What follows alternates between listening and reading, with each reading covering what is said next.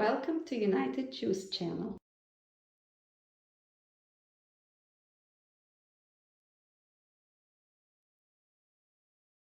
You see, we have a lot of social imprintings that are ingrained in our society, that are at the kind of unconscious level, and it's related to how we relate to girls or to women, for example, when they apply. Essentially, for at least 2,000 years, women were less valuable. They were considered inferior and whatnot, and this is imprinted. This is in our culture. This is kind of reproduced at a lot of levels in the language, and it actually shows in multiple experiments. Like you send resumes for the same position with the same qualifications, and if the name is male, then the candidate gets more interviews and whatnot.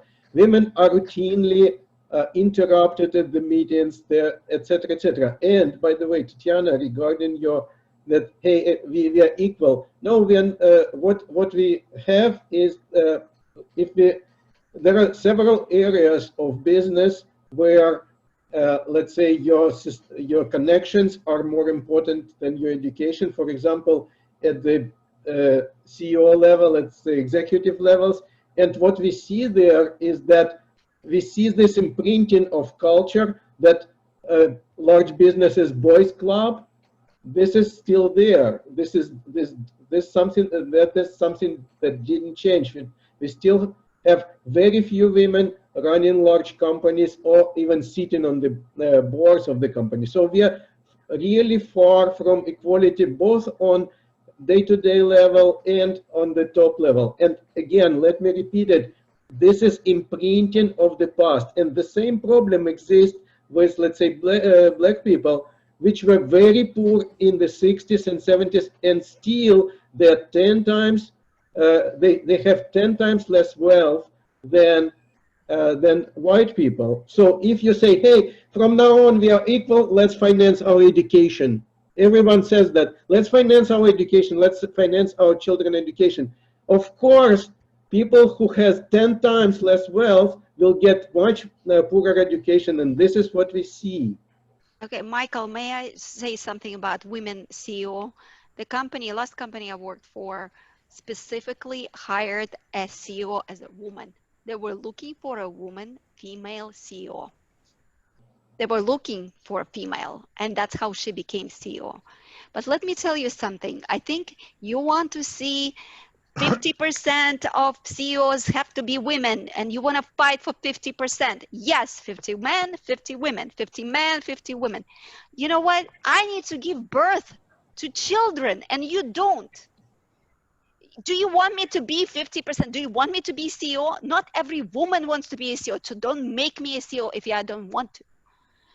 People don't understand it. Why do you fight for 50%? This is not the goal. The goal is that women who want to be CEOs should be CEOs. That don't ever look for 50%. We have different mission in life. We have to give birth. It's not the case anymore. It's not the case anymore. That's not true. You know, women want to be women, and I would say, I don't want to speak for all women, but 80% of women still want to have children, okay? I don't want to speak for all women, but they do. It's biological. We were born like this. I mean, some women choose not to have children, but we cannot be equal to men because we just physically cannot be that strong. We cannot, have our babies, pump our milk and, and be at every meeting. I mean, somebody's got to give. We have to, we just can't be. Otherwise, a woman has to have a maid and a cook, and then she runs a company. Not every woman can or want to do that. So your 50% of women CEO is just a goal that I don't think it will ever happen because of the nature of the women, of the biology. Biology. Which of that? Tatiana, which of that conversation right now was anything based in reality, or is it made up? I Like don't a know. 50%, a It's my 50% opinion. idea. It's me. It's your point of view. No. I think Michael wants to see 50%. Didn't he No, say I that didn't we're say that. unequal? I What said, would be the right percentage? You tell me. I think it will change with time, but uh, uh, if you say, hey, so okay, first of all, regarding having children, luckily, there are measurements how people invest in children in younger generations, and by invest I mean the time they spend with children, with working at home course, etc., etc., etc. And luckily, the balance is much better.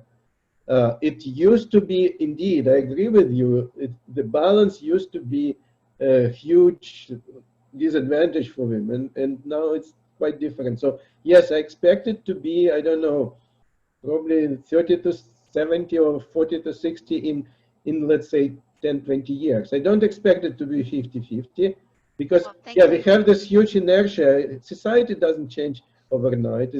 There are tons of inertia.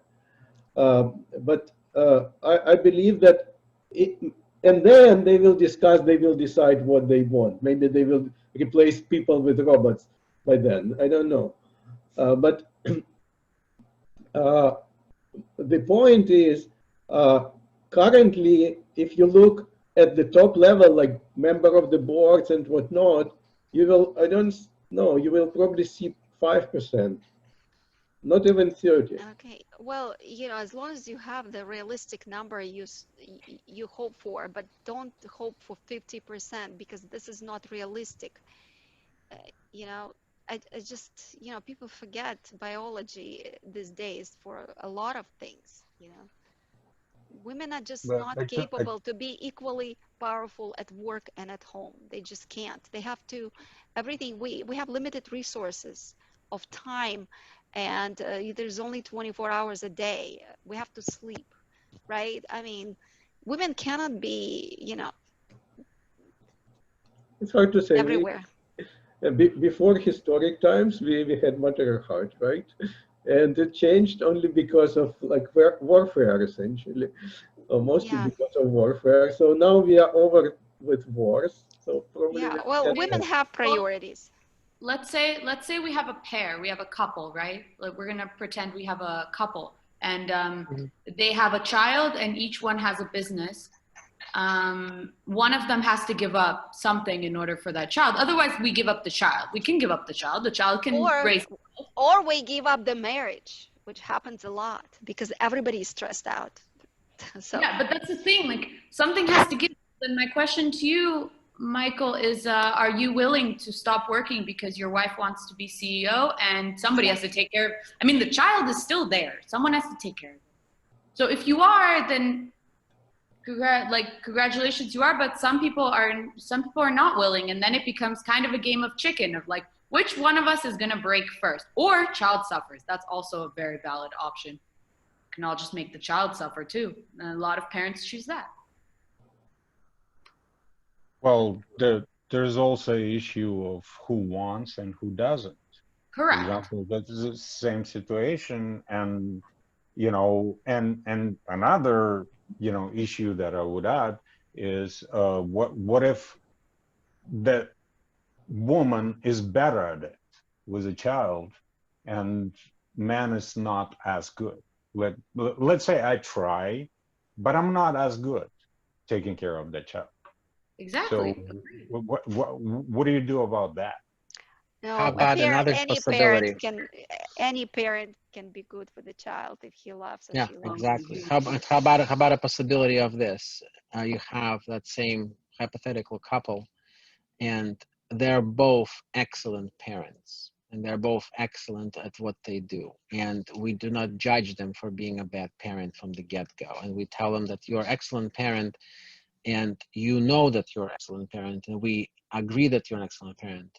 Look in future how this idea of being an excellent parent year from now changed your life. And you know what? People find teams, they in teamwork, how to make it happen. I know personally people who are running successful organizations while giving birth and helping to be the head of the household because the husband lost their job. The friend of mine right now, she lives in Phoenix. She has her own beauty care organization, and she is running very successfully, making at least $1 million almost every month. And Okay.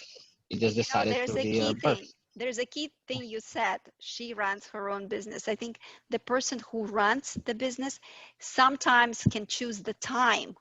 They have meetings, they meet with clients and everything. If you work for an organization and you have you're not a manager, it's very hard for you to, before we're talking about before coronavirus. Okay, you have a limited number of days you can take, right? As a manager, you can at least set up the time with your employees, whenever it's convenient for you. But if you work under someone, you have nothing.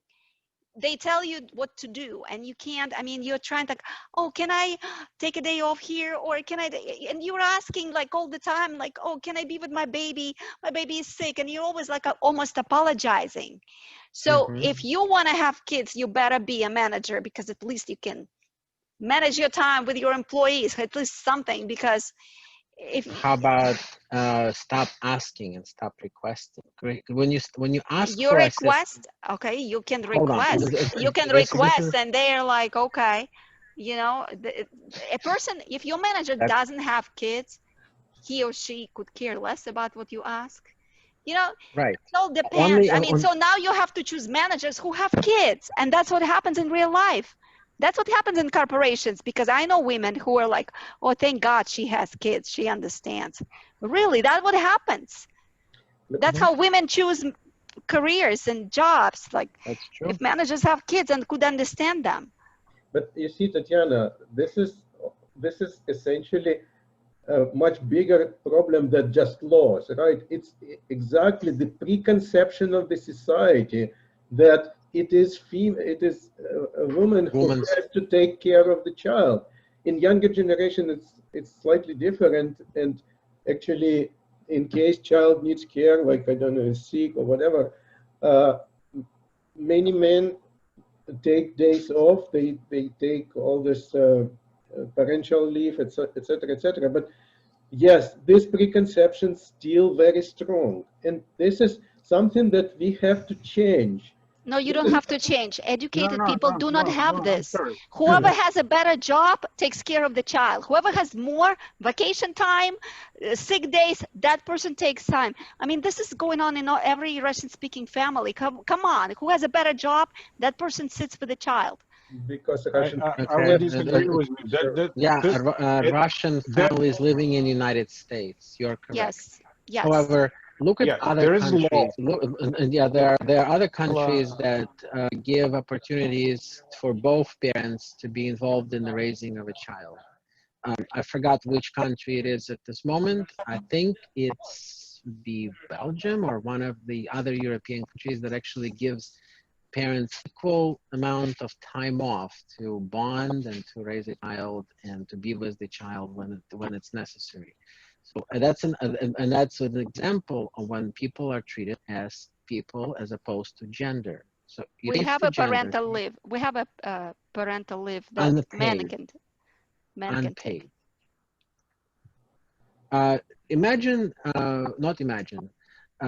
Something that happened in the days in the good old Soviet Union. Everybody tends to forget that fact. But women were actually guaranteed up to 2 years of paid leave time when the birth of a child is when the child is born in the family. Well, it's 1 year paid and up to 3 years unpaid. Yes. Yeah, one year paid, up to 3 years unpaid, and was the job placement guaranteed. What happened to this family first country of ours, United States, that barely gives how many weeks of parental leave? 6 weeks or something like that, unpaid? And no, it's paid. It's paid, and then I think it's pretty good. They raised the number. In California, it's been 6 years. This is a California-specific element. Yes. Yeah. So if you take a look at the country total, you'll be lucky if you get some unpaid time off. And this is the country that you go to every meeting, especially of the party that claims it's their family first party. I'm not going to name the party, but everybody knows which one it is.